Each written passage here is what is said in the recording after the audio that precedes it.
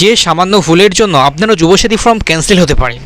আজ আসুন জেনে নিই আমাদের যুবসাথী ফর্মে যে ভুলগুলোর জন্য যুবসাথী ফর্মটি ক্যান্সেল হয়ে যেতে পারে। প্রথমেই ফটোর অপশানে আপনি দেখতে পাবেন আপনাদের যখন সিগনেচারের যে পেজটা আছে, এখানে আমরা কেউ ছবির মুখের ওপর দিয়ে সিগনেচার করে দিচ্ছি, তো কেউ একদম উপরে বা নিচে সিগনেচার করে দিচ্ছি, কিন্তু ফটোর উপরে ঠিক যেমনভাবে এখানে দেখানো আছে এইভাবে আপনাকে সিগনেচার করতে হবে। দ্বিতীয় ভুল যেখানে সবার হচ্ছে, এখানে দেখুন লেখা আছে beneficiary name as per MP or equivalent exam, অর্থাৎ আপনার ধরুন আপনার আধার কার্ডে একরকম নামের বানান, আপনার অ্যাডমিট কার্ডে একরকম নামের বানান, সেক্ষেত্রে আপনাকে অবশ্যই আপনার মাধ্যমিকের অ্যাডমিট কার্ডে নামের যে স্পেলিং আছে সেটাই অবশ্যই সেটা দিয়েই লিখতে হবে। দ্বিতীয় নাম্বার দেখা আছে, এখানে দেখুন আপনাদের যে 2-3টে করে নাম্বার থাকে, আপনার যে ইচ্ছে মতো নাম্বার অনেকে বসিয়ে দিচ্ছেন, সেটা করলে মোটেই হবে না। আপনি যে অ্যাকাউন্টটা এখানে দিচ্ছেন ফর্ম ফিল আপের সময়, যে অ্যাকাউন্ট দিয়েছেন সেই অ্যাকাউন্টের সাথে যে মোবাইল নাম্বার লিঙ্ক আছে অবশ্যই সেই নাম্বার দিয়েই ফর্ম ফিল আপ করতে হবে। নেক্সট, তারপরে আপনি ইমেল আইডি লিখতেও পারেন, নাও লিখতে পারেন, এখানে আপনার জেন্ডারও বসালেন। তারপরে আরেকটা গুরুত্বপূর্ণ বিষয় সেটা হলো, আপনি ধরুন অনেকে আছেন যেদিন ফর্ম ফিল আপ করছেন সেদিনকার আপনার কত বয়স সেটা লিখছেন। অ্যাকচুয়ালি সেটা করলে মোটেই হবে না।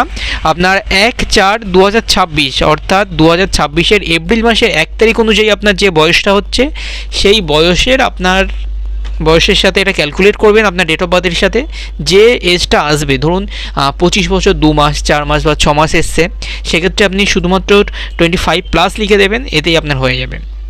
নেক্সট যে অপশানটা সবার প্রথমে দেখতে হবে, আপনাদের যারা বিশেষ করে গ্রামের দিকে থাকেন তাদেরকে হাউস নাম্বার বা বাড়ির নাম্বার কারো থাকে না, সেক্ষেত্রে আপনাদের এখানে বাড়ির নাম্বার আপনি ভোটার লিস্টে দেখতে পারেন। এর যে লিস্ট বেরিয়েছিল ড্রাফট লিস্ট, সেখানে অনেকে লেখা থাকে। আর যদি আপনি বাড়ির নাম্বার নিহাত না পেয়ে থাকেন তাহলে জায়গাটা অবশ্যই ফাঁকা রেখে দেবেন। আর তারপরের অপশান আছে আপনার দেখুন মাধ্যমিক বা ইকুইভ্যালেন্টের আপনার রোল নাম্বার। অনেকে শুধু নাম্বারটা রোল আর নাম্বার একই সাথে লিখে দিচ্ছে, বা অনেকে এখানে একটা সংখ্যা থাকে ডিজিট, যেমন ABCD এরকম কিছু আপনার নাম্বার থাকে, সেগুলো অনেকে লিখছেন না, সেটা করলেও মোটে হবে না। আপনার মার্কশিটে দেখবেন A to Z যে রোলটা আছে সেটা লিখতে হবে এবং নাম্বারটার জায়গায় সেম লিখতে হবে। তারপরে আপনার আরেকটা বিষয় হলো, দেখুন এখানে আপনার এডুকেশান কোয়ালিফিকেশানে হাইয়েস্ট এডুকেশান কোয়ালিফিকেশান আপনার মাধ্যমিক, উচ্চ মাধ্যমিক বা গ্রাজুয়েট আপনি যাই হয়ে থাকেন, সেক্ষেত্রে আপনি এখানে যেটা লিখবেন, ধরুন যদি আপনি এইচএস লিখে থাকেন তাহলে আপনার হার্ড কপি জমা দেওয়ার সময় অবশ্যই এইচএসের মার্কশিট বা সার্টিফিকেটটাও সঙ্গে জমা করতে হবে। হাইয়েস্ট এডুকেশান কোয়ালিফিকেশানের সঙ্গে আপনি যেটা লিখছেন তার কোনো একটা প্রুফ আপনাকে জমা করতে হবে। নেক্সট অপশান অবশ্যই তো ব্যাংকের বই, প্রত্যেকেরই ভালো করে দেখতে হবে ব্যাংকের যে ডিটেলস দিয়েছেন।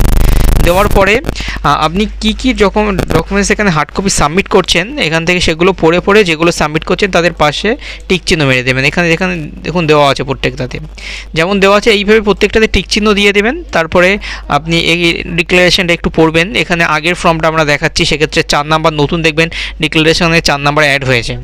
সেক্ষেত্রে আপনি পড়ার পরে এখানে অবশ্যই ভালো করে প্রত্যেকে সিগনেচার করে দেবেন। আর যে কটা জেরক্স আপনি সাবমিট করছেন, আপনি এইগুলোর সাথে যে কটা অ্যাটাচ করে দিচ্ছেন, এখানে যে কটা আছে প্রত্যেকেই দিতে হবে বাধ্যতামূলক।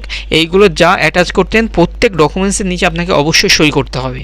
করার পরে আপনি যখন হার্ড কপি জমা করবেন তখন আপনার এখান থেকে এই নিচের পেজটুকু যে আপনার যারা জমা নিচ্ছে তারা এখানে স্ট্যাম্প মেরে সিগনেচার করে এই পেজটা আপনাকে দিয়ে দেবে। আর দেওয়ার আগে অবশ্যই দেখে নেবেন আপনার এখানে দুয়ারে সরকারের নাম্বারটা যেন লিখে দেয়, কারণ ভবিষ্যতে আপনি যখন যদি ফর্ম বাই চান্স রিজেক্ট হয়ে যায় বা ফর্মের স্ট্যাটাস কি জানার জন্য আপনার এই দুয়ারে সরকারের আইডিটা প্রয়োজন আছে। সেক্ষেত্রে আপনি অবশ্যই রিসিভ কপি নেওয়ার আগে দুয়ারে সরকারের নাম্বারটা অবশ্যই মিলিয়ে দেখবেন।